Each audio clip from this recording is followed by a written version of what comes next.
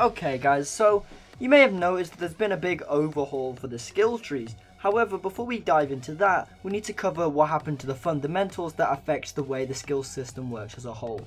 So first of all, if you look at this Slate page, which I'll link to in the description, if you come down here, a few skills have been modified and given to all players, which is something we haven't seen before.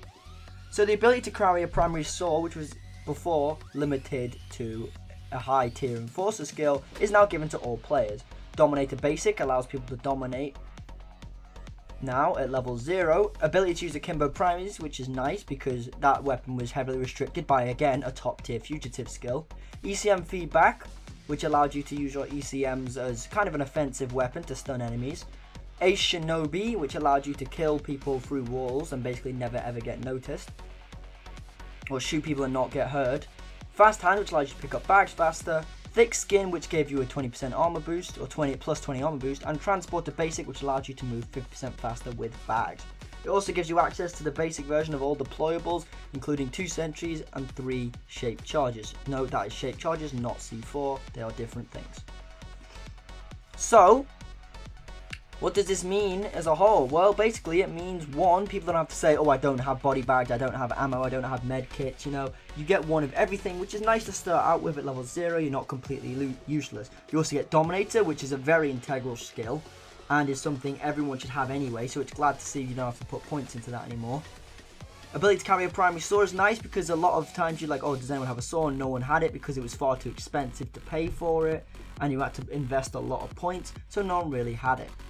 Akimbo primaries was again something that was awkward to get. ECM feedback, no one really used it, but I guess maybe now semi-stealth, semi-loud builds might be viable since you don't have to invest your points into that and you can put more into the loud side of it. Ace Shinobi was good because stealthing at level 0 was nearly impossible because you shot someone and someone through like 5 walls heard it and it was just a bunch of luck whether you could kill people or not, so that's just really nice. Transport basic is important, but you'll see why later. Fast Hands again was just a necessary skill and it's kind of nice to see them giving it to everybody. However, one other quick change is how everything actually works. So if you look at the skill tree, you'll see that it's splitting into 3 tiers now. You have 3 sub-trees and each of them have 4 tiers as opposed to the standard 6. So if you, they all level up all separately, so if you get to tier 2 in the medic, you are still at tier 0 in controller and sharpshooter. In order to get to the top tier, you need to spend 18 points. So you need to ace a skill in every tier in order to progress to the next. So you ace tier 1, you get to tier 2, you ace a tier 2 skill, you get to tier 3, you ace a tier 3 skill, you get to tier 4. Of course, you could just basic both and that will allow you to progress, but if you don't want the other skill, you can just pick one out of the 2.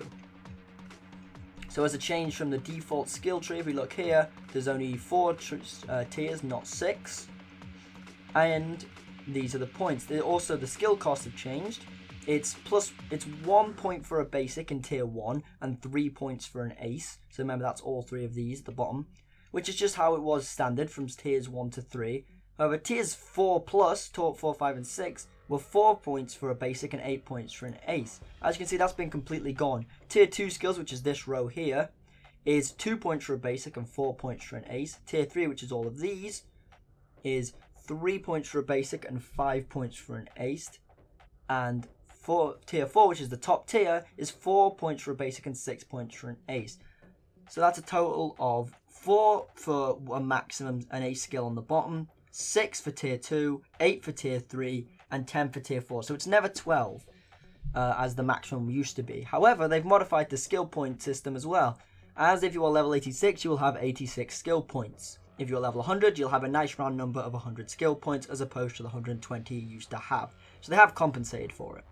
Anyway, now I'm going to go into the specific trees, and the first one up is Mastermind, and we'll slowly work our way down in order as the game shows it. So it'll be Mastermind, Enforcer, Technician, Ghost, and Fugitive, which is the order they revealed themselves in.